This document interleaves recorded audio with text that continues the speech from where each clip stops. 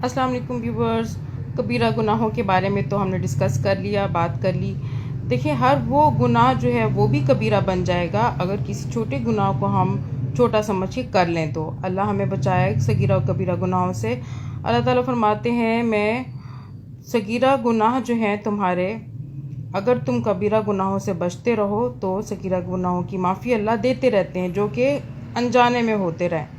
सगीरा गुनाह उसकी माफ़ी इस तरह भी होती है कि हम एक नमाज से दूसरी नमाज़ पढ़ते हैं, उसके दरमियान माफ़ी हो जाती है। हम इस्तग़फ़ार करते रहते हैं तो माफ़ी हो जाती है। तो अल्लाह ताला बहुत गफ़ूर रहीम, माफ़ करने वाला है। तो ये तो हमने बात कर ली गुनाहों के बारे में।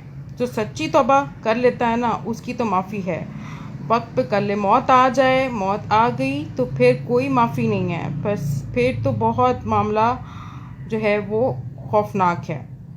अल्लाह माफ़ फरमाए हम सबको और माफ़ी